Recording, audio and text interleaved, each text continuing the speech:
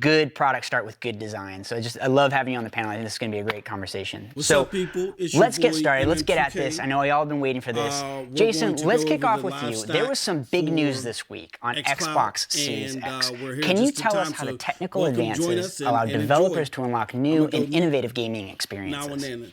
Let them go over the information. Absolutely. This has been a really exciting week for the team. The team's been working really hard on Xbox Series X since 2016, and to finally be able to actually share some of the details of what we've been working on has definitely been a highlight for all of us. As you mentioned on Monday, we shared many of the details of our next generation console, and it's really about enabling transformative gaming experiences that we've never seen in the living room. In the early days of the planning process, the design of the Xbox Series X was really directly influenced by three key principles. Like I mentioned before, first and foremost is developer and gamer feedback.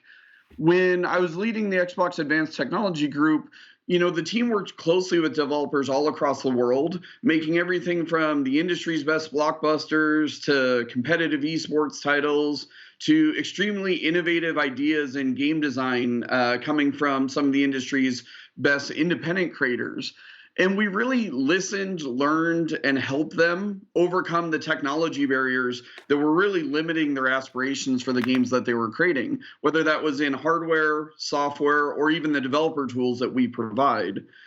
And then I think another key aspect of it as well is gamers are also demanding higher and more stable frame rates. So we challenge ourselves to not only build a system that could reliably deliver high quality 4K game experiences at 60 frames a second, but we challenge ourselves to go even further and to deliver frame rates up to 120 frames a second, frame rates that historically you never thought were possible in the living room. So it was really about kind of pushing those boundaries and really understanding what developers and gamers were really looking for in a next generation console.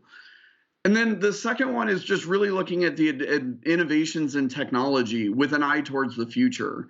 Everything from advancements in CPU performance, more efficient usage of GPU, next generation graphics innovation and capabilities, things like hardware accelerated ray tracing or variable rate shading or mesh shaders. It's really about giving developers new kinds of tools to really build those rich, dynamic worlds that players like to spend time in. And another great example of that is with the current generation, we're basically at the upper bounds of what's possible with a traditional rotational drive technology. And it was really constraining the game design that developers were having, where they'd have to arbitrarily funnel players through different tunnels or pathways, or you'd have a fast travel system where it'd take a super long time to teleport from one side of the map to another. So, with these insights, it was very clear that we would need to invest in things like SSD level IO performance or a revolutionary new architecture to make it easier for game developers and game engines to stream assets in real time from the storage solution into the memory and the CPU and the GPU so that you can get that real rich, high fidelity, dynamic living world that players expect.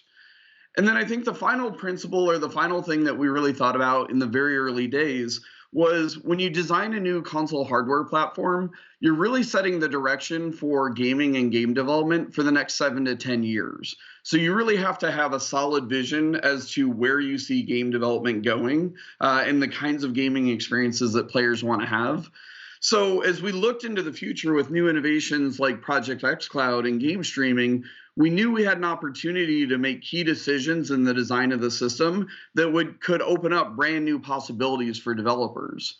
And like one thing that we learned very early on as we started working closely with the Azure team is some of the same challenges that we have in delivering a high performance game console in your living room are the same kinds of challenges that we have in the data center. Things such as delivering high performance for gaming workloads while minimizing power consumption and thermal management. And having that vision of a future really helped shape how we designed our custom SoC that's powering the Xbox Series X and the overall system architecture so that we could make sure that we're providing a common and consistent hardware, software, and development platform that makes it easier for developers to bring the games that they're developing today on console and PC into the cloud in the future. And many of the technologies that we're innovating and incubating with the Xbox Series X are being brought to PC and brought to Project Xcloud. And it's because we designed the system with the future in mind Mm. from the very outside of the program. Wow. Yeah, Jason, this is blowing my mind. Like having worked on the team for a while and kind of getting a chance to see what this thing looks like in person is kind of like shocking me right now. This is actually the first time I've actually I can't touch it. My fingerprints will get on it. It's one of those things like, this is amazing. I geek out about this all the time. What's And up, you y'all? said How something the that audio has really levels? just like I'm gonna turn this down for a blown little my bit. mind a bit, which is like, So they're just this is talking like one about of the the Xbox first Series X times right we've now. built a console We just saw thinking where about where the next Phil Spencer, I mean not Phil generation, the Spencer, next iteration, the next paradigm but shift in game development's really going. Sony When you and talk about company, the man, they cloud, dropped that can ball, you touch a man. bit on They dropped the that bomb role that on the me. cloud Oh plays my goodness, as you're that thinking was about trash. the development of That Xbox presentation Series X? was. I'm not saying the PlayStation 5 was Sure. trash, So, there's but certain scenarios, that's this what they're is a showing custom now is SoC. Xbox This Series is a X. I just custom wanted to tune in, make architecture sure audio that levels are we've good. If not, designed let me from the know in the ground chat. I'm up being to make sure silent that we're again. delivering that high fidelity gaming experience. But as you think about things like the cloud and what we're doing with Project xCloud, there's certain things that, for example, virtualizing the display controller, as an example. If we're just designing the system in such a way to make only a high performing gaming console, that's an investment that you wouldn't make, or it's a design decision you wouldn't really think about. But you only really get one chance to make those decisions, and it's when you're designing the chip, when you're designing the overall system architecture. So as we think about how developers are going to take their games and move them into the cloud, or how they're going to be developing games in the cloud in the future, we knew we needed to invest in certain key technological investments from day one to make sure that we're providing a clear path for developers, so that developers don't actually have to go and significantly alter their game or rewrite their game from scratch. We want to provide kind of a path as game streaming becomes much more prevalent and accessible. And ultimately, it's really about empowering developers to reach customers all across the world, whether they choose to own a console, they choose to play on a PC, or maybe streaming is going to be their primary experience. We want to provide that easy path for developers. There's something you said. I have one more follow-up question on this, and this is something that a lot of teams, a lot of people that may be watching this maybe just don't know, is the lead time that it takes in order to put together a console. Can you talk to us a little bit about how, you mentioned making technology decisions of what the hardware is going to be in this box. It's not like, oh, it's 2 months from launch, let's just put this thing in there. There's a whole process to that thinking. Can you elaborate just a little bit on just some of the work that it takes to kind of think through where this is going to be in time? Sure.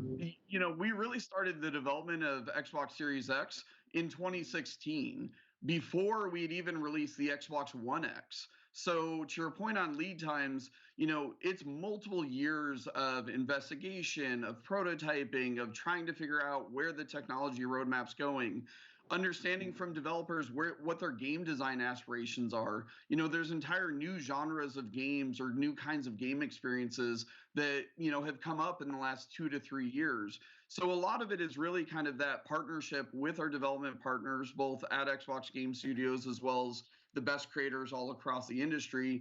But it's also making sure that we have a clear vision of where do we see gaming going as Team Xbox.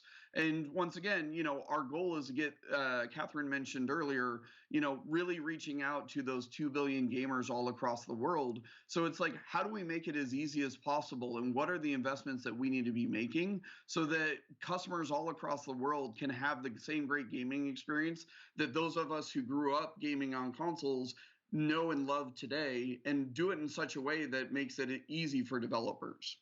That's good. I think that's a perfect segue as well. Let's dig into the next bit of this. We want to talk a little bit about Project xCloud. And Catherine, I'm going to bring this next question to you. Would you mind talking us through the approach of Microsoft bringing Project xCloud to market? And Oh before you shit, jump here we in, go. I'm going to, everybody follow me on the camera. This is going to be fun. We're doing this in real time. I have a server blade over here from Project xCloud that I also was so excited when I heard this was going to be here. This is an actual Project xCloud server blade that is in the footprints of Azure at the global data center level, and it is so cool to take a look at the guts of this thing because, wow, the tech that went into this, the making of this is unbelievably impressive. Catherine, back to the question. walk us through Microsoft's approach in bringing Xcloud to market. Yeah, no, absolutely. Brian, when you just took off there, I had no idea where you were going. I was just like, well, where's he going now? But you're seeing our blade. And I mean, it is so cool. And it is, Rachel said it earlier, our product's a testament to the amazing teams that build them. And, looking at this, I just couldn't be more proud. So going back to what we believe the journey is, we think we are at the very beginning of a multi-year journey with streaming. There is much more we don't know about streaming than we do know right now. And that's exactly why we came to market with our preview plan, where you'll remember, and it seems like an age ago now, but we started last October with just 4 games in preview. And since then, we've expanded countries. We have more than 90 games. We've gone just from Android. We have an iOS test flight running. And as we talked about before, we will also be bringing this to Windows 10 PCs. This really is about a journey of us learning together with the developer community, and to see the passion with which developers have leaned into this with us and the learnings that we're doing together has just been mind-blowing. It just makes me so proud to be a part of this team. That's awesome. And you mentioned just a moment ago the response from some of the game development community. Can you share a little bit about how has it been working with game developers? What have they been saying in building for Project Xcloud? Yeah, no, absolutely. You know what? I'm reminded actually back to a story. We spent a lot of time obviously talking with developers before we launched into preview. And every time we would go to a meeting with a developer, we would take their game running on a mobile phone and hand it to them to play. And at that point, there was always silence in the room, and we kind of would look around the room and think, well, what's going on? And then the partner would start sort of looking around the room and talking to their teams and saying, well, who worked on this? And it was very clear that no one had worked on it, because actually when you build for Xbox, you build for Xcloud. And what we had done is just made the game work automatically for them, really, and got it up and running pretty much in a matter of minutes. And that first stage, which we call lift and shift, literally taking a game that you've built for Xbox and putting it in the cloud, literally blew the developers away. So that's been absolutely fascinating.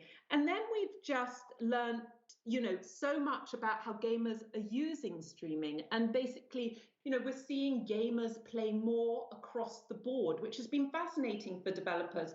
They're not just playing more on Xcloud, they're also playing more on Xbox and PC. And specifically, we're learning about different sort of genre types and what gamers who stream their games are enjoying perhaps more than others. So it really is a journey of us learning together. But we also are aware that there are some developers who want to be doing more to optimize their games for the cloud. And in those circumstances, we really talk about it as cloud aware. This is the work we're doing around touch controls to support native interaction, or some of the APIs that we're developing that provide device-side characteristics so that developers can optimize for the much smaller screen size. So as you can see, it's literally this symbiotic journey that we're on with our developers to really begin to optimize this experience.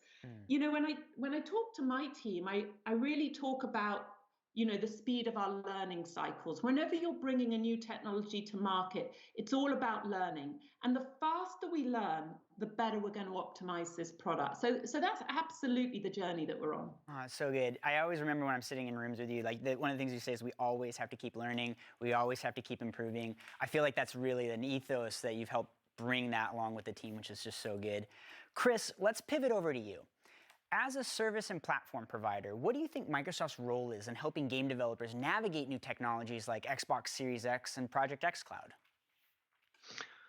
Frankly, if it's 2 words, it's eliminating friction, right? I mean, the game teams have a vision for what they want to build, and really, as a publisher, your job is to let them just execute on that and multiply the effort against it.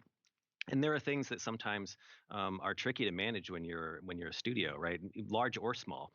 Sometimes business questions come up, and you want to sell things in a different way, and the publisher does or doesn't support that. And so it's how do you push that and work with the publisher to get them to offer things in a different way. Sometimes it's technology. Um, hey, there's this new tech, we don't quite know what to do with it, or we have something and we want you to push it even farther. I mean, when I think about both xCloud and the Series X, right? More so than the GPU as a game designer, the game designs that you can build because you have a much more powerful CPU is actually super interesting, because that's, for a while now, we've been able to make graphics and worlds that look very real.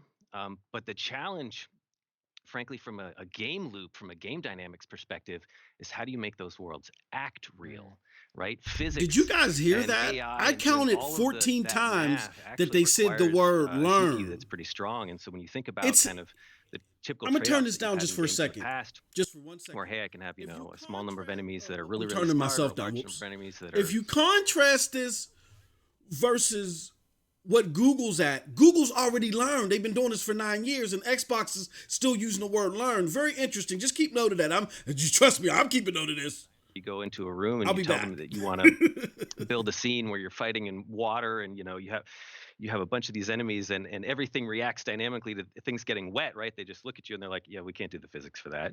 Like, you need a CPU with some power to do that. And so moving forward on something like Series X and in the cloud, and understanding, hey, this isn't just going to be something where it's going to look much better. It's going to make that world feel and sound much more real. Mm. We're going to allow you to do much better things with physics, like simulations. Like, those are the things that are going to allow games to take a giant step forward, and that's really what I'm excited to do. And as a publisher, I mean, there's certainly the bread and butter work we do, helping people understand the research that we've done into different regions if they want to know a customer that they're not familiar with in a different part of the globe, understand what their data pipeline and bandwidth is like in that region, understand where we think the technology is going, understand the shell experiences that we're going to build that are basically the stage for their title, right? Like, they're building this pearl, and we're this oyster to showcase that pearl.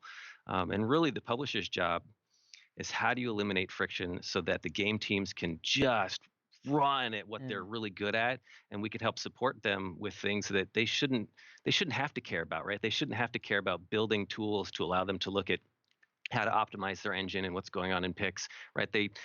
That shouldn't be their job. They shouldn't have to worry about building giant data centers across the planet, right? That should be our job. We can go do that. They should focus on the game and what's going to make it great. And so, simply put, hey, how do we just make it easier for them and allow them to turn things up? That's good. And you mentioned, as you're talking through this idea of this awareness. And I think it's really interesting to talk about what it means to have your game be aware. And I hear you guys talk about this idea of this streaming aware point of view. Maybe Jason, can you maybe elaborate a little bit on what does it mean to be streaming aware, building a game streaming aware? Yeah, so like Catherine was talking about, today with Project xCloud, we're kind of doing what we call lift and shift, which is taking existing games that were already designed and built for Xbox and being able to run them in the cloud with the title not even really being aware that it's running in a remote Streaming data center. aware, so they But I want think you there's to a lot of power, and I think there's a optimize lot the of game opportunity for if the title cloud. actually knows whether or not it's being streamed Okay. or not. And, But I and thought in the this developers case, didn't have to do we anything. Okay, enabled I shut up. I'll console digress. streaming on the Xbox One today.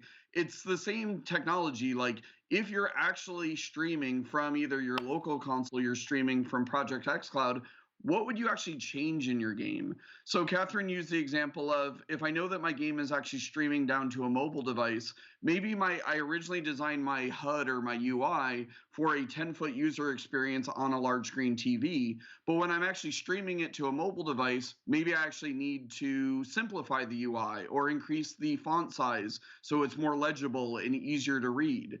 You also think about situations like multiplayer. Like, many multiplayer systems are designed with this notion of network latency and how do I keep people together. Well, if you knew that all your game sessions were actually all running in the same physical data center, you don't have to worry about ping times. You don't have to worry about network latency. And one of the technologies that we announced earlier this week is dynamic latency input, or DLI. not only did we build that so that we will have the most precise and responsive input possible. If you're playing a game in your living room, say it's a competitive esports game, or it's a game that's running at 120 frames a second, where input latency really matters. But that same technology will also be available in Project Xcloud to allow a developer to actually measure their end-to-end input latency, so they can actually optimize or customize the input experience when they're actually streaming to a mobile device versus when you have a controller in your hands, as an example. So once again, when we really think about the continuum and how do we bring these things together, as we design and incubate and innovate in these various technology arenas, it's really about putting the power and the control in the developers' hands, because they know what's best for their players and the game worlds that they're creating. And it's our job to provide the best platform possible so that they can deliver on that creative vision. Wow, so good, so good. I want to take that and I want to turn the question a little bit. And Rachel, let's go over to you for a bit. This week, there's a lot of news coming out from gaming companies, and thinking about how people are positioning hardware and cloud platforms, it's starting to feel like the story is becoming this either-or narrative. In 2020, Microsoft's going to release both Project xCloud and Xbox Series X. Now, Rachel, would you mind sharing a little bit about what is Microsoft's thinking behind this? Yeah, Brian, I'm happy to. As we've mentioned, gamers and developers are truly at the center of everything we do. And for gamers, our vision is for them to be able to play the games they want, with the people they want, wherever they want. And we know that our partnerships with developers are key to delivering on this mutual goal that we have. So we're taking our cues from gamers, from developers. And as Catherine mentioned, it is valuable for us to get these learnings and to constantly be learning about that. We know that gamers want more games, they want to play with more people, and they are playing on more devices around the world. And we know that developers are continually pushing boundaries, trying to reach more gamers around the world who are playing on more devices and more platforms. And so the Xbox Series X was really built for this evolving landscape of gamers playing on multiple devices, but also this thing that we're seeing happening with technology convergence. So Project xCloud is scheduled to release retail this year. Big news. The way they worded it. Let's stay tuned. In this next generation of gaming. And so we are working with the developers to unlock the potential for what we can develop and deliver to gamers together. And so more specifically from a developer perspective, Jason touched on some of this in his previous comments. We're really aiming to build hardware that unleashes their creative vision.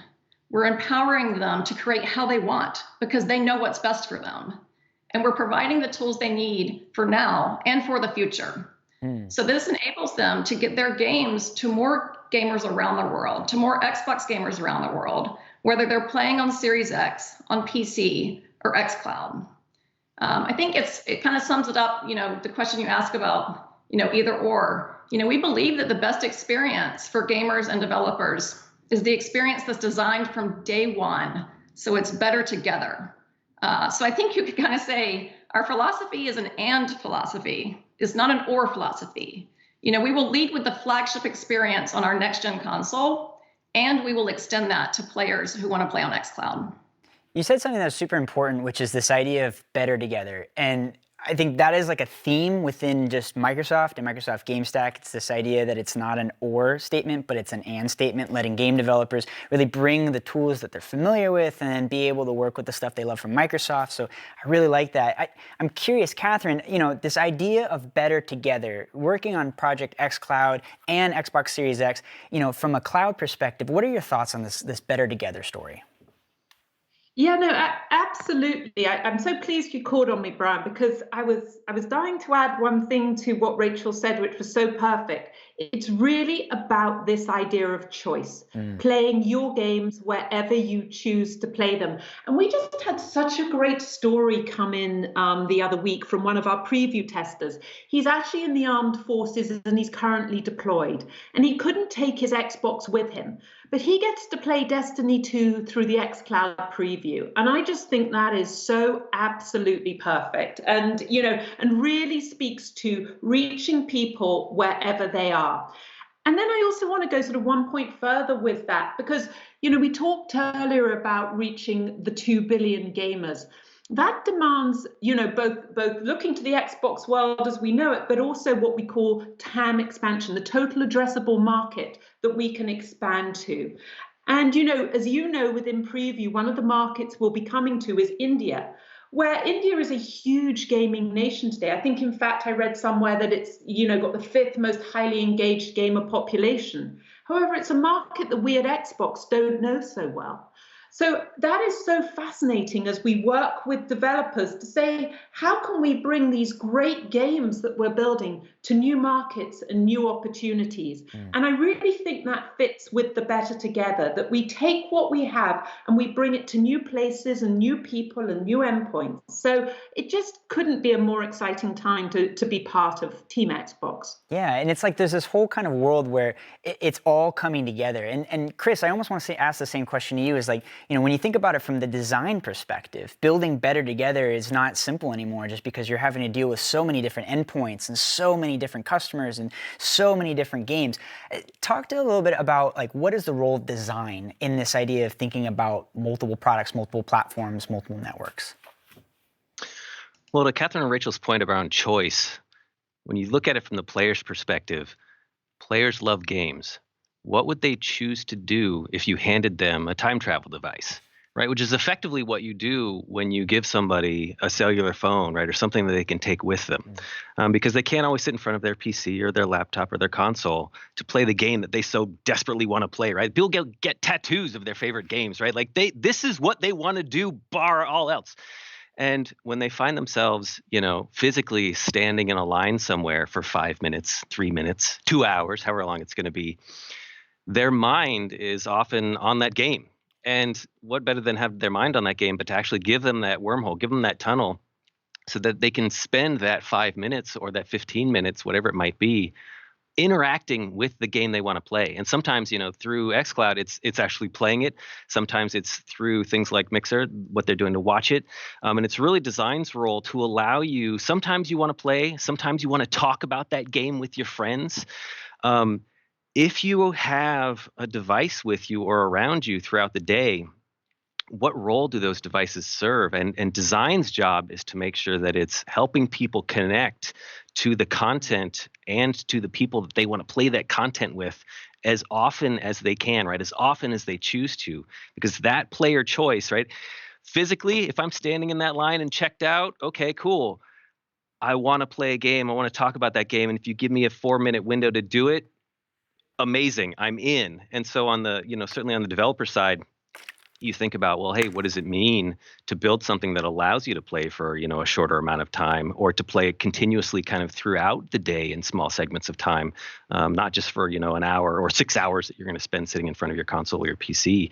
And that's really what's amazing, right? When you talk about Better Together, it's about how do you give people the choice to participate in the thing that they love more often, and share that with more people. And certainly that was the goal that we set out to accomplish. And Better Together really just means being super attuned to letting gamers get closer to the thing that they love.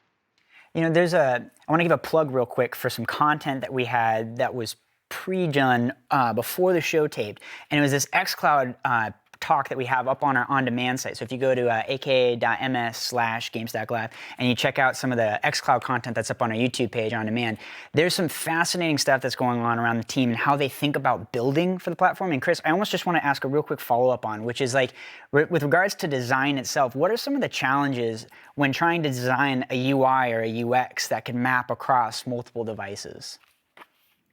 Oh, there's a lot.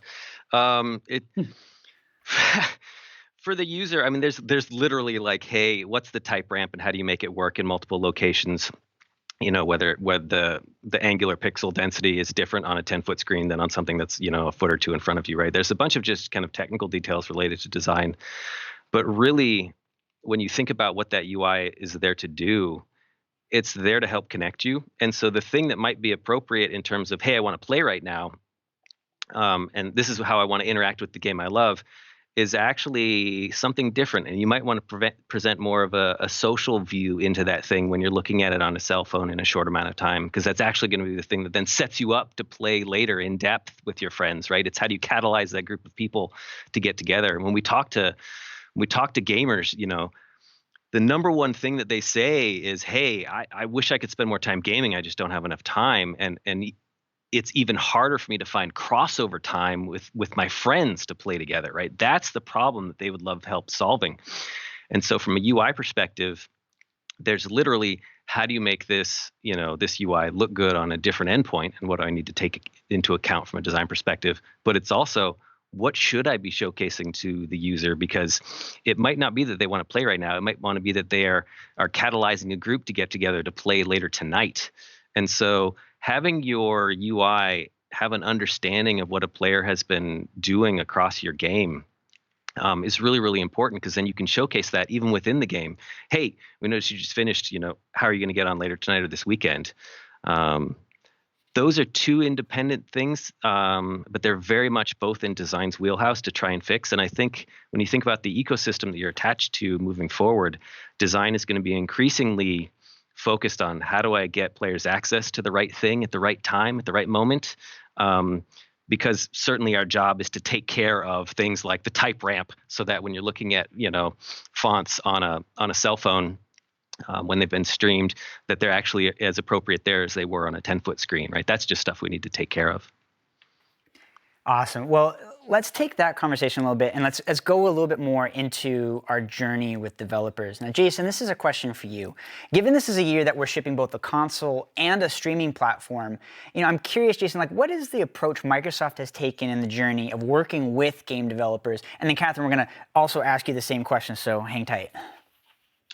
Yeah, it's actually kind of funny because Catherine and I often do this together, because we really don't talk to or engage with developers just on console or just on Project Xcloud or what we're doing with PC as an example. We really kind of talk to developers and lay out kind of our vision for the future and how we can help them deliver on the experiences that they want to provide to their players. So that means a consistent hardware platform between what's happening in the console ecosystem and what's happening in the game streaming side. It's a common software platform, common APIs. The vast majority of the code that game developers actually write should be reusable across the cloud, across the console, across PC. So as we've updated our API designs and our app model, we've really designed it so that it can work across multiple devices. And then really where we want developers to spend their time is focus on their game, making their game experience great so that players have a great experience, and then really kind of tailoring it to the unique capabilities of how they choose to deliver it.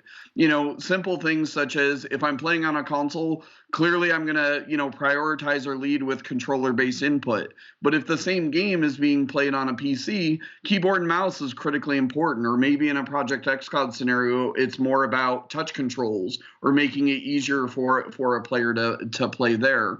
So, it's actually been one of the highlights for me over the last 3 to 4 years, is as we've been developing these plans, as we've and challenging the teams internally on kind of this next generation and how we think about gaming and game development, is going out and actually talking to the partners and, hearing their feedback, telling them, here's where we see things are going, getting the feedback directly from them, and then adjusting and altering our plans. Because at the end of the day, we all just want those same great gaming experiences. And as Rachel and Chris and Catherine have said, it's really about making sure that the players all across the world can have these same great gaming experiences, and doing it in such a way that we make it as easy as possible for developers. Oh, that's awesome. And I almost want to touch on that again, too. You said something that was really interesting about working with developers.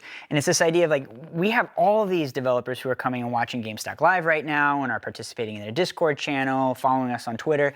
For folks that are not currently working with Microsoft today and they're wanting to think about, the next generation of hardware, the next generation of streaming, what are some advice, some tips that you give in hey, this is what we've experienced working with game developers today. Here's some ideas of how to think about that. Maybe, Jason, you could start there, and then Catherine, we're going to come over to you.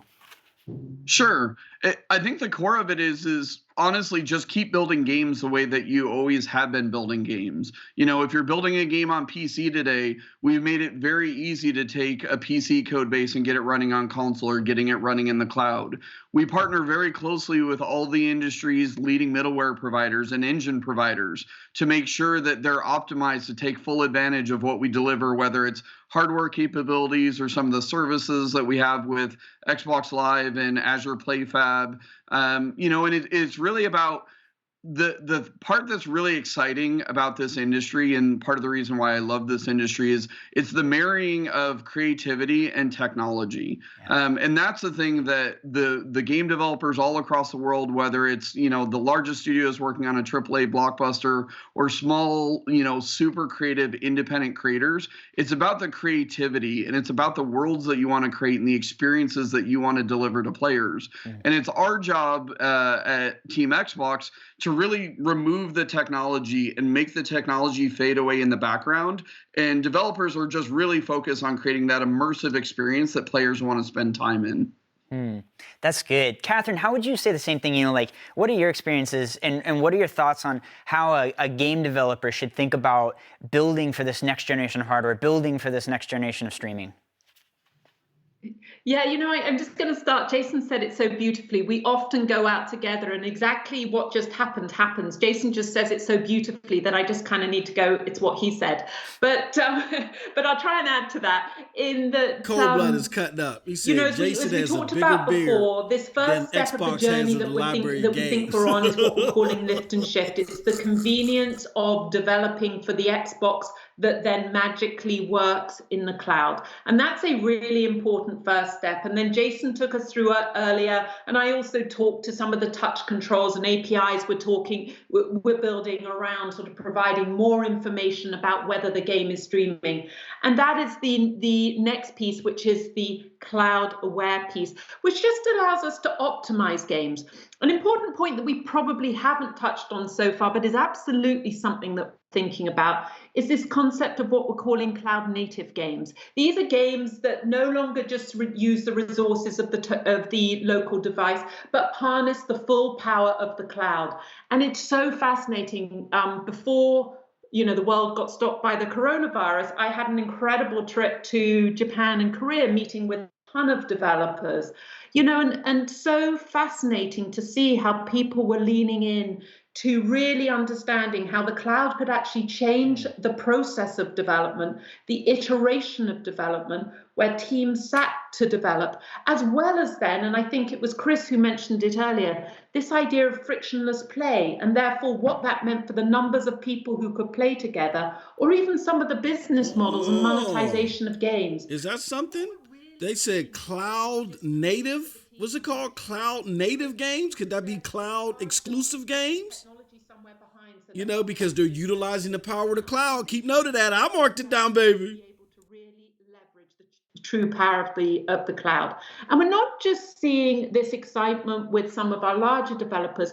It's incredible the support we've had from Chris Charler's ID at Xbox program and the indie developers.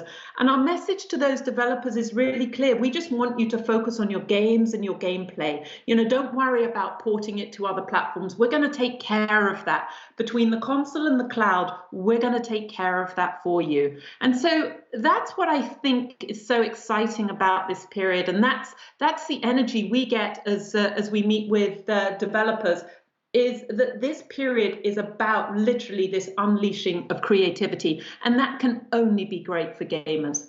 So something that not a lot of people outside of Microsoft get a chance to hear, which is just some of the high-level thinking, some of the philosophies behind why we're doing this. Catherine, could you maybe touch on just for a second of where do we see this all going? We always talk about how we want to put the gamer at the center. We want to make sure that they can play the games they want on the devices they want with the people they want. How does this all kind of play into the larger mission at Microsoft?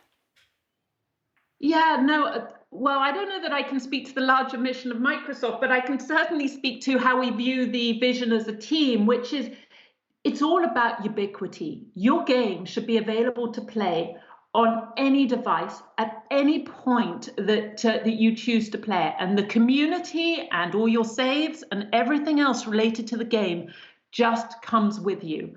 I mean, think about it. We've seen this in video. You can watch your Netflix, I mean, I personally choose, and everybody scoffs at me, but I personally choose to watch most of my movies on my phone. But obviously you can watch it on any device that you choose. And I really think this concept of ubiquity is absolutely key. It's about reaching every platform. And it's about us, for developers, as I said before, really leveraging the cloud, and through our partners with Azure, which is, as we know, one of the world's leading clouds, with huge geographical footprint, to really allow us to reach gamers who previously it was much harder for us to reach with this fidelity of games. So that's really our high level vision. That's good. And I think in talking with a lot of the developers, especially as they're starting to kind of get to that next stage, one of the questions that I think a lot of people who are not necessarily engaged with Microsoft today around Xbox Series X or Project Xcloud is for developers who are sitting on the fence. Maybe Rachel, if you could answer, like, what would you say to a developer who's kind of like looking at this technology and saying, like, I don't know, when's the right time to get involved? I think it's a lot of what Catherine and Jason touched on. Jump in, right? I think back to when we started our indie game studio, seems like a lifetime ago. There were 3 of us. We didn't know what we didn't know, and that actually enabled us to go do really awesome things. And for us at Team Xbox, we truly love hearing those ideas and seeing what developers can create, because we're not going to tell you what to do, and we shouldn't tell you what to do. You're going to tell us, right? And so if I, put myself in, my own shoes a long time ago, I won't age myself. I think it would just be jump in, right? Jump in, work with us, reach out to us, help us learn what we don't know, help us figure out that, to reduce that friction, to help you be able to deliver those creative visions, especially as we think about, developing for both console and cloud. The cloud space is so exciting. I don't think we even know what that's going to look like. I always talk to the team about, watching my children play. They play together. They're on multiple devices. They're constantly going back and forth between devices. And it's where their friends are is where they go. I think when we think about the opportunity across all these platforms and all these devices, that's what Xbox wants to bring to developers, the ability to reach gamers where we see them going. And so jump in. That's good. So let's talk real quick about some of the key learnings that we've gotten from development partners during the work that we've done to build out Xbox Series X and Project Xcloud. I always love the fact of, like, it's great to hear what's going well. What are some challenges that people just have in general building for the cloud and building for new technology? Jason, let's go to you. Sure. So I think one of the things that's exciting about the transition of a generation is what you used to think of previously as constraints, many times they go away. I mentioned, like, the I/O system and the fact that we're at the upper bounds of what's possible with a rotational drive. Now that that's no longer a barrier, it opens up all these new possibilities, but then all of a sudden we're going to discover kind of some of the next challenges. It's like, now I have almost, kind of unlimited memory and I can feed it into the system, but now all of a sudden, certain limitations we previously counted on no longer exist. And I think that challenges a lot of preconceived notions. So I think there's that. And I think the other thing too is just, there's times where there's a member of the team who she mentioned, with Xbox One X, it was like getting a playground to play with. And then with something like Xbox Series X, now the team has an entire amusement park to play with. So it can be a little bit overwhelming to actually figure out, like, where do I want to invest? What are these new opportunities that I have? So I think the real guidance that I'd give to developers in the community out there is, challenge yourselves, think creatively. What is the gaming experience you always wanted to build? And, a little bit to what we've talked about throughout today, if there's ever something where, the software is not enabling you to do it, or the development tools would be more useful if they did this, or my iteration time needs to improve, we want that feedback. We need that feedback. We absolutely listen to that feedback, and it fundamentally shifts the direction that we go. So we listen very closely to the gaming community. We're all gamers ourselves. We all play on Xbox Live almost every day. We have family members that we play with and we connect with. But it's also true with developers as well. You know, we want to know where we've gotten it right. We want to know where you're struggling. And it's our challenge then is to take that feedback and go away and come up with really creative solutions that meets the needs of the development community so that you guys can just focus on delivering that amazing gaming experience that all of us can't wait to actually play. Oh, that's so good. That's so good. All right, I think we're getting tight on time, so we're going to do what's called the lightning round. We have a set of questions we're going to ask every single person here. What are the most important things for a game developer to take away from this conversation today? Rachel, let's start with you.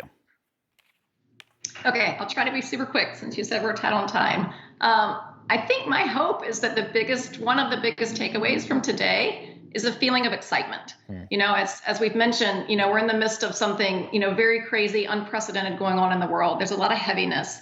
I hope that anybody listening, whether it was a developer, a gamer, maybe a student who's supposed to be doing remote learning, that they feel that light inside of them, that they feel that passion that we all have for gaming. I hope they're excited about the future, excited about our next gen hardware and software, excited about, you know, how we can do things together and the things we're going to build together to reach gamers around the world so that they can play, watch, communicate, and create together. That's good. That's good. Chris, let's go over to you. What is the most important thing a game developer should take away from this conversation? You know, I was really hoping to talk about what we've learned in relation to input and skill ceiling, right? Like if you tell everybody, hey, we're going to pack a stadium of people to go watch tic-tac-toe, that wouldn't be the case because the world championship of tic-tac-toe is going to be boring because there's no skill ceiling, right? It always comes out as a tie. And as we've gone down this route and looked at what the new generation of people growing up, learning how to use, you know, play games on glass natively, which is different than certainly how I grew up, you know, playing games on mouse and keyboard and with the controller. People can play games on glass to a degree and a fidelity which allows a skill ceiling, which is actually pretty incredible. And it was, you know, 2 years ago when we kicked off our journey looking at that. I didn't think that was going to be the case. And now that we've looked at it, both on the customer side and what the best kind of game developers on the planet are doing, people are really solving the skill problem or the skill ceiling problem. So when you think about pushing a game out, I would not be worried about thinking about a phone perhaps as the lowest common denominator. Be confident that you can actually make the game that you've built originally, you know, when you were thinking about a PC or a console, you can make that skill ceiling, you can make that thing excellent, no matter where it's being streamed to. That's good. All right, Catherine, let's go to you. What is the most important thing that a developer can take away from this conversation today? Yeah, absolutely. What I would say is, look, embrace the new, be open to learning, and don't constrain your thinking by frameworks that have existed in gaming previously. I think we're in a period where we are rewriting the rules of traditional game development, and I think that's such an exciting period with huge opportunity. And the only way that we can really, leverage that is by being open to any amount of possibilities and just increasing those learning cycles. So be open to the new. That's my main takeaway. That's good. And Jason, what is the most important thing a developer can take away from today's conversation?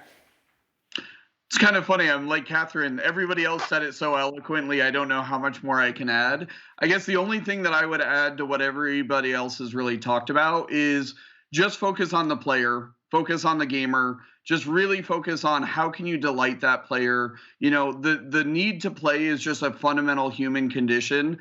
And that's why I think many of us work in this industry and we love this industry because at the end of the day, our job is to create fun and there's nothing better to do. And so as long as you're focusing on the player, we're here to help in any way that we can. We want the feedback from the community, both players and developers. But as long as you're focusing on the player, I don't think you can really go wrong. That's good. Man, so good.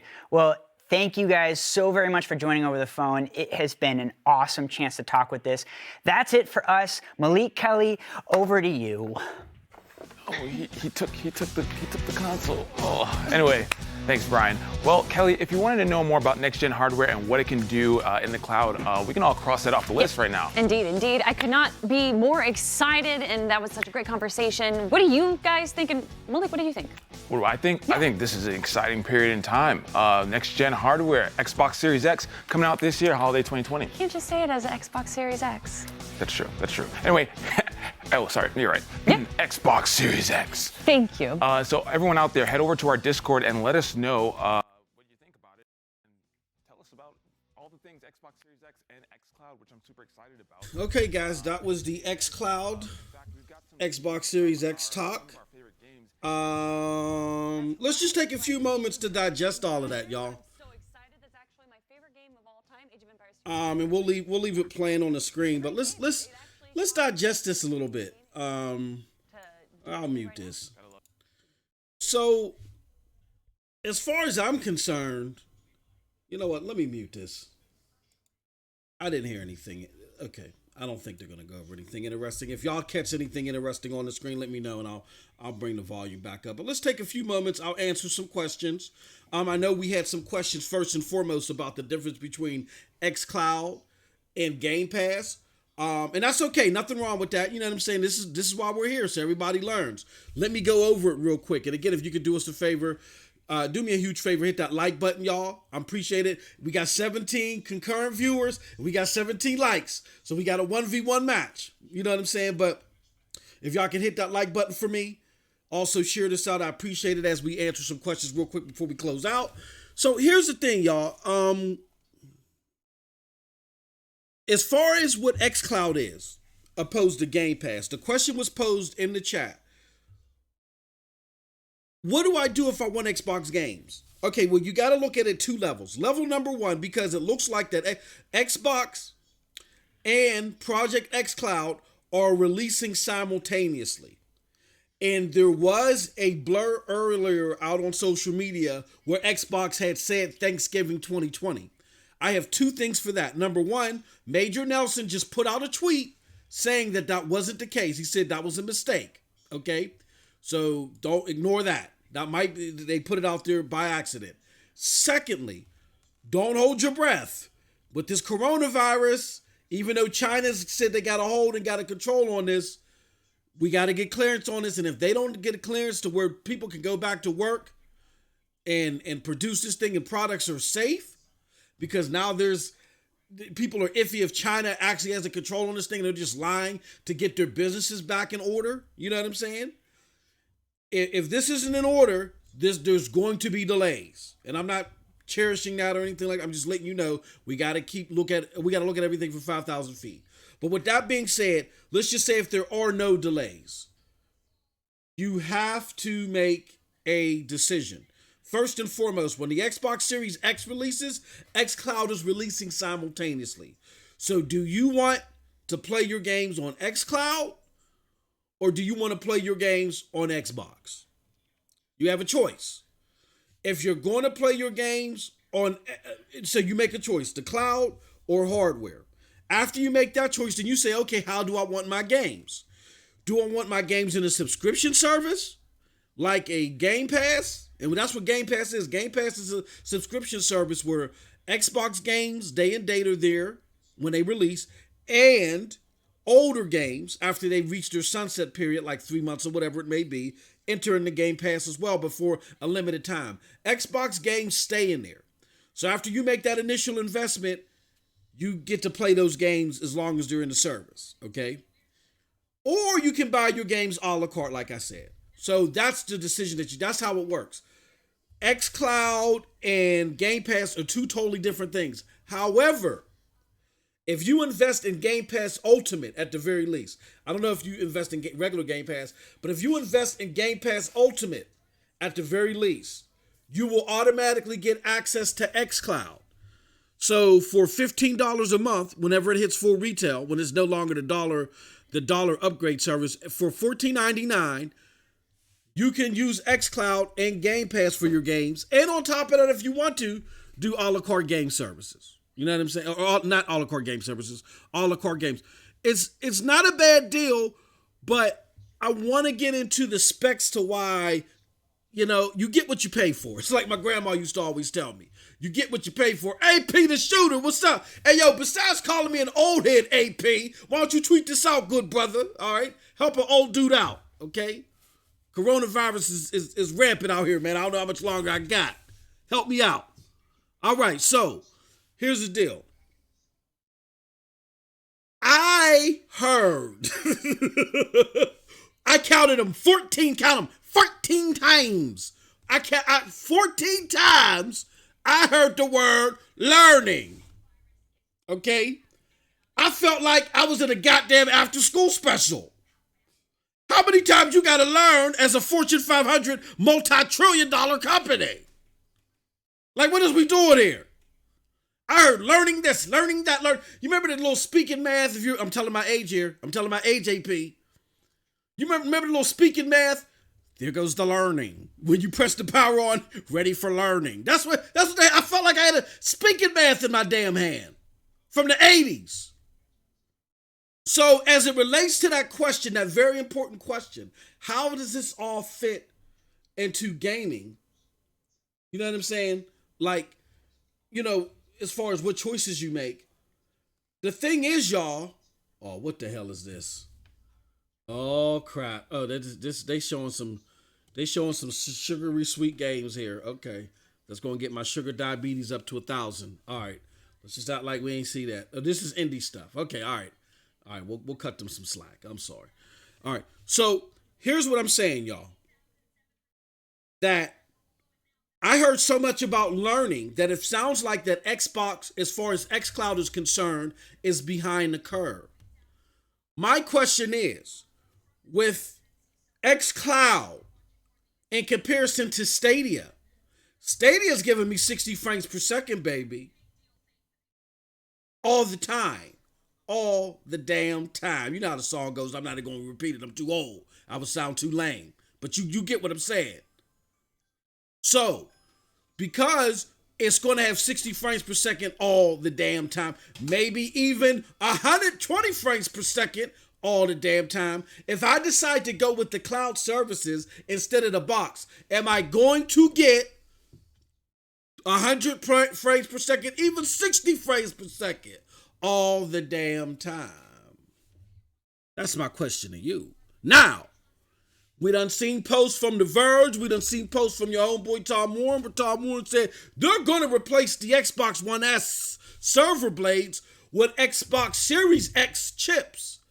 And we always knew that was ultimately the plan. But from what we understood, it was going to be the Xbox One S, then Xbox One X, then Series X. Are they saying that they're taking the Xbox One X chips out of the equation and they're just leapfrogging that to go to Series X chips? If they do that, that's cool.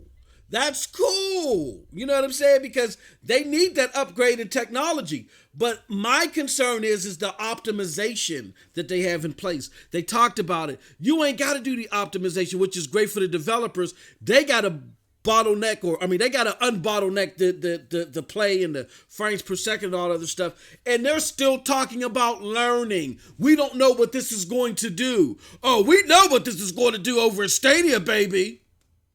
Y'all saw me playing Division 2 earlier. Who didn't see me playing Division 2 earlier? If you ain't seen me play Division 2 earlier, shame on you. Shame on you and yours. Go over to Stadia Dosage right now and watch me playing Division 2 on there. That 60 frames per second, baby, looks buttery sweet. I'm not sitting there getting all this up-res shooting in my eyelids. I'm not getting all that with 30 frames per second. I'm getting great up-res with great frames per second. And that's 9 years worth of technology before Google hit the scene.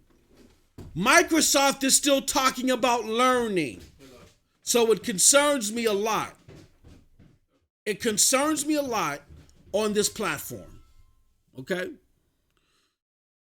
So just keep that in mind, everybody. Let me go to some of the questions. He says, AP the Shooter says, definitely I got you, Owen. I appreciate it, man. I don't know how long I got, AP. You can help me out, good brother. Soundwave says, machine learning, speak and spell. Thank you, Soundwave. Speak and spell. Time for learning. I heard learning 14 times in 3 minutes. Heath Stevens says, what have they been doing for the past however many years and they're still learning? Brother, they the ones that came out ripping off their shirt like Hurricane Hulk Hogan. They were the real Americans out here talking about cloud. And then all of a sudden, we burst out of the seams with Google Stadia. Look at me saying we like I owe some stock in this. We burst out of the seams with Google Stadia, and we're doing better than them as far as performance is concerned. So this better together, this Teddy Ruxpin holding hands with the unicorns with the daisies in the mouth. Where's this comment coming from? Unless, this is where MM2K got to pump his brakes, unless in their digitized Xbox announcement, they plan on mentioning that they're going to be hitting 60 frames per second. If they plan on hitting 60 frames per second, that's cool. That's cool. But what's going to be your resolution? Question is, am I going to get a 1v1 match from what I can get from the box onto the cloud? Because here's the thing, y'all. Stadia is proposing that they have the capabilities. Once they go to the 2.0 software or hardware, they're going to have the capabilities to upscale to 8K, and they're going to have the capabilities to do 120 frames per second. And I'm going to tell you, don't think that is far-fetched. Google does this thing called A/B testing, where they randomly go out to different people that have the program and they just flip a switch and they say, okay, we're going to hit you with 120 frames. We're going to hit you with 4K on the browser. We're going to make you be able to play games on a phone that we don't support yet. We haven't announced that we support it yet. All right, you tried it once. Okay, boop, boop, boop, boop. We collect that data and we put it into our data banks and we make improvements. Okay, you don't get access to it until we make it live again, or we'll give you access again a week from now. And I know I've been hit with a couple of A/B testings playing Borderlands, where I know I hit above 100 frames per second. So the capability's already there. You see what I'm saying? And that's the beauty of Stadia. That's the beauty of even GFN. That's the beauty of Shadow. No matter what glass that you're on, you get to play with the same fidelity and the same performance anywhere. And that's my question with Xbox, with what you're proposing, because again, the theory is we're better together. Am I getting that Xbox Series X fidelity or something in the realm and the frames per second? Because if not, then is it really better together? Don't sell the people a bag of goods, y'all. Trizza Rector says, Stadia big upgrade at next-gen console release or just before. That's what I believe. I wholeheartedly believe that. Let's see here. Hold on. Andrew Wilkins said, MM2K, what up? Take Dirk's black card away after going on Diller's podcast. Hey, look, man. That's the label mate, Dirk Griggity. He keeps me gainfully employed on Scram Punks, man. He doing this Xbox thing, man. Hey, look, Andrew. We're better together, right? Ain't that what Xbox says? He's just following the mantra. We better together, man. All race, creed, and color, my good brother. We better together, man. I know RDX done did some foul stuff, man, but hey, J-Dub is forgiving them. J-Dub is forgiving them. So I've forgiven them. And we're better together, baby. All race, creed, and color, okay? All right, so this is crazy. Y'all like this crazy. Soundwave said Xcloud is no joke neither with Flight Simulator. Is Flight Simulator on Xcloud? Soundwave? And what's the frames, man? Like, come on. Look, Soundwave, brother. Good brother Soundwave. Good brother Soundwave, man. I know you love that box. I know you love it. I know you got Phil tattooed on your right thigh. No, that's my good brother Soundwave. I know you love it, man. I know you love it. But it's that Flight Simulator 60 frames per second on Xcloud. Because if it's not, then how is it Flight Simulator, brother? How? You know what I'm saying? But big ups to my homie Soundwave. All right. Who else we got in here? Any other questions before we go? Because we're over the hour mark already. I'll take a couple more questions. Chisel Rector, for a global corporation like Microsoft, I don't understand their limited reach. You know what it is? Xbox was in a silo. Xbox was in a silo, and I think they thought they were farther ahead of the game than they actually were. That's why as Google was starting to make headways and pronouncements was made as far as how long they've been into this, I think it took Microsoft off guard. And then they looked at their architecture and realized, God damn, this ain't, as Z say, God dang, this ain't it, Shake. This ain't it. I think they looked at it and was like, no, this ain't it. So that's why they went from, we're going to reach the 2 billion gamers to cloud gaming is only good away from when you're away from the console. Now they're trying to wrap it up and put it in another bow, and they're saying better together. So we're going to learn with one side and the other side. Look, man, if I'm going to make an investment, I want to know you ain't got to be the best. Like, I ain't got to get the best 4K out of Stadia, as long as I get great visuals like y'all saw when I was playing Division 2 earlier today. I got to, it ain't got to be the best as long as it looks great. But I got to know that my platform is on par. I can't even pay $15 a month if I know Shadow, GFN, Google, Amazon, Bamazon, Flugel, Boogle, if everybody's beating me. Then how am I spending my $15 wisely? So then I got to go sell blood marrow and pay $600 for the Xbox Series X. Somebody don't get to eat tonight in my house. You feel me? Graphic God, what's up, homie? Big up to the homie Graphic God. He says, so what will be in Stadia version 2? Well, we can only put and piece together things from what we've heard. So we had the John Justice interview with big ups to my friends at Stadia Cast, Bill and Lloyd. Fantastic show. Check it every Sunday, 10 a.m. Eastern. Okay? I love the show. They did an interview with John Justice, and the 2.0 stuff is on deck. And you want to know what's in the 2.0? Well, all we know that is in the 2.0 right now is the capability for 8K and 120 frames per second as far as what we can piece together.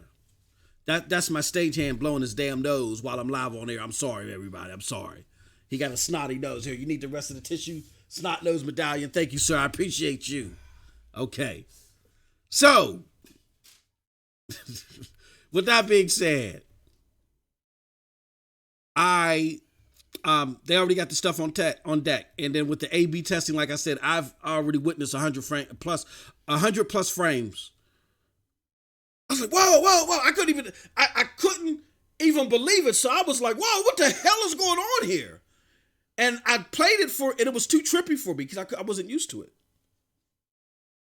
Because I was playing on my big ass screen downstairs, and that screen is huge. So 100 frames per second on my big screen TV, because it's 120 hertz TV, was free. It was tripping me out.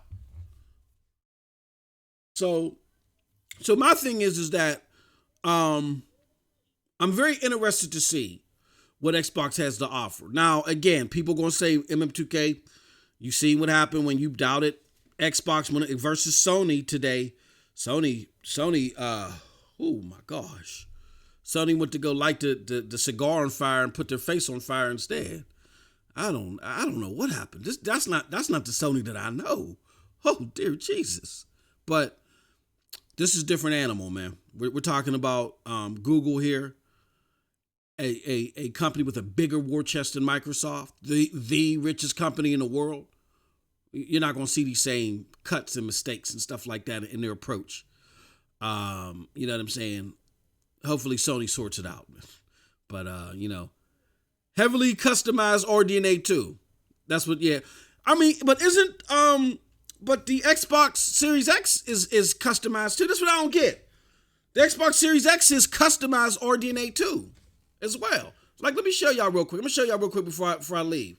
We're going to go to a great site that I happen to write for. It's called broadbandbullies.com. Let's go to broadbandbullies.com. Let's do this. Let me move this over here over a dude talking about nothing important. That's the wrong clip. My stagehand is laughing at me. He ain't used to me and my sound effects. Man skills. All right, there we go. Here we go. Look at this. Okay, this is the mic. This is the Series X specs. It says custom Zen 2 CPU. Y'all see that? Just waiting for the clip to come live. It says custom Zen custom. There it goes. Custom Zen 2 CPU. Now I understand that The Verge. All right, so let's take a look at The Verge real quick, or Eurogamer. So I don't know. This got some. Lucy got some splaining to do. I don't know why y'all hopping out the window over the custom Zen tech for. But no, you know what? No, let me take that back. Sony did that to them damn selves. I'm not going. But look. Okay, the CPU, it says Zen 2 cores at 3.5. And that's Zen 2, okay. And then the GPU is it's at 36U RDNA. Okay, the architecture is custom RDNA 2. Did they say custom? Yeah. Hold on. Custom RDNA 2. I was looking at the wrong thing, not Zen 2. I'm sorry, my bad. I know y'all laughing at my ass. I'm sorry. My bad. Yeah, Stevens got hit it right on the nail. He said, I didn't understand Z screaming about, hey, look, man. Look, Z was feeling good. Z had some of that special sauce. Feeling between the lines. Because they wouldn't even let me talk. I told him, come on, man, let's stop. This is like he took off his shirt and everything. He took off his shirt and everything. Look like what was the dad's name from House Party 2? Rob Harris. You look like a light-skinned Rob Harris. He took off his shirt and everything. I said, what is going on here? What are we doing? He look like a light-skinned dad from House Party 2. Pops. Golly. Oh man, we're looking like he ready to whoop Kid and play. Stop it. Talking crazy. It's custom RDNA 2. And look, I'm not capping for PlayStation. I'm Stadia, baby. I'm Stadia. But I'm just saying, let's keep this thing level-headed. That was a horrible presentation, I'm not going to lie. Because Jason Schreier in a tweet did better talking about the perks of the PlayStation 5 than Mark Cerny did in all of his whispering presentation. That was horrible. He did better than he did. But let's not get it twisted. Custom RDNA 2, that's the Microsoft specs, right? Custom RDNA 2, I don't get it. I don't understand. I don't understand. So somebody help me out. Heath Stevens, again, right on the nail. They both have custom RDNA 2 chips. The kid said, listen, DJ Smokey, Corona Doomsday Preppers. Okay, I got you, brother. I shared that message with you, for you, okay? Yeah, I don't get it. Mr. Righteous Fish says, no one knows what they're talking about. That's why. When the games come out, we'll see. RDNA might slow this down, so Corona might slow this down, so who knows? Laugh out loud. You got it, brother. As long as it don't slow me down, because... Hey, did y'all hear that the mayor of Baltimore is asking people to stop shooting each other because they need beds for corona victims? Yeah. They're going to start pulling bullets out of mugs on the street, right there on the street. Patch up their back right there in the corner of the boulevard. It's crazy out here, man. You know what I'm saying? I'm just saying. Hey, look. So, hey, look, it's been a long day. I've been up since 4 a.m. I've been streaming for y'all. I've been cursed out by Z for y'all. Him taking off his shirt looking like a light-skinned Rob Harris. All right, look like he's ready to beat Kid and playing Pops all in 5 minutes. And now everybody's telling me, now I'm hearing that the coronavirus is going to leave people getting stitched up and get the bullet shaked out of the back of the neck on the corner of the boulevard. It's been a long day for me, man. All I want is some chicken and beer. Can we get some chicken and beer? I got my homie Ricky Medallion there. We get some chicken and beer. He says, I got the corona, no joke. I'm in Seattle. Oh, damn, Righteous Fish. Golly, bro. Damn, bro. This is serious, man. You in our prayers, man. Best wishes to you, good brother. It's my good brother, Mr. Righteous Fisher. Longtime supporter, man. Love that dude, man. Love him. But yeah, man, they both got RDNA chips. And you know, I got Scram Punks in 3.5 hours. No. I got Scram Punks in 5 hours. God damn, I thought I was going to take a nap. I guess not. I got Scram Punks in 5 hours. And you know, they're going to be talking, you know, I'm going to be on there with that tsunami. He can't shut his damn mouth for 12 minutes. He got me talking out of my element. I don't even say certain words on the air. And he got me saying all types of crazy stuff. Kids can't watch my shows no more. Tell that dude to shut up. Anyway, so with that being said, that is it from your boy MM2K. I hope y'all enjoyed this. I can get a little crazy on this channel for those of you that watch the Stadia dosage. You come over here, it's rough, rugged, and raw when I do my live shows. It's a little different take here. But I hope you guys enjoyed everything that is being presented today. This is an action-packed day, man. We went from Stadia to PlayStation to Xbox all in one day. Whew. That's not even the end. So let me go re-up, y'all. Let me go find my chicken and beer. And then after that, I'll see you guys at 9 p.m. on Dirt Griggity's channel. Go to Dirt Griggity. Up and rising star in the Xbox community with the We Bleed Green show. Killing it out there. He was on Diller's show, you know, Diller Gaming. And then he got his own show called Scram Punks. We're going to be there. All right. So thank you everybody for coming. It's ain't super bad, but it hurts. He says, but I'm gonna be all right. Dag, brother, you typing backwards, man. I hope so. You said, I'll be all right. I'm gonna. All right. I hope so, man. Shoot. Ice Queen Game. What's up, Ice Queen Gaming, baby? What's up, baby? Glad you could join me, but you came late. I'm about to hit the scene. So we talked Xbox. Damn, I did all that bloviating and talking and bullcrap, and I didn't even get into the main thing. But we got into it. It's all about learning, man. We got to learn this and learn that. And cloud native games, utilizing the power of the cloud, frictionless gaming, friction on dedicated gaming. I got all types of notes. Getting devs to embrace new tech they are still learning with them. Skill ceiling, working to crack it. All that stuff sounds like it happened last year, but during Project Stream. That's what they did in Project Stream. So Xbox is behind the curve, man. They're definitely behind the curve with this. So with that being said, I appreciate all of y'all. We will see y'all later at 9 p.m. Eastern Standard Time on Dirt Griggity's channel with Scram Punks. And you all have a wonderful, wonderful gaming day. Peace. Hold on. Uh-oh, I think I still got my music. Hold on. Let me see if my music will play. Hold on. Yeah, it'll play. Listen to it. Flying high as a kite.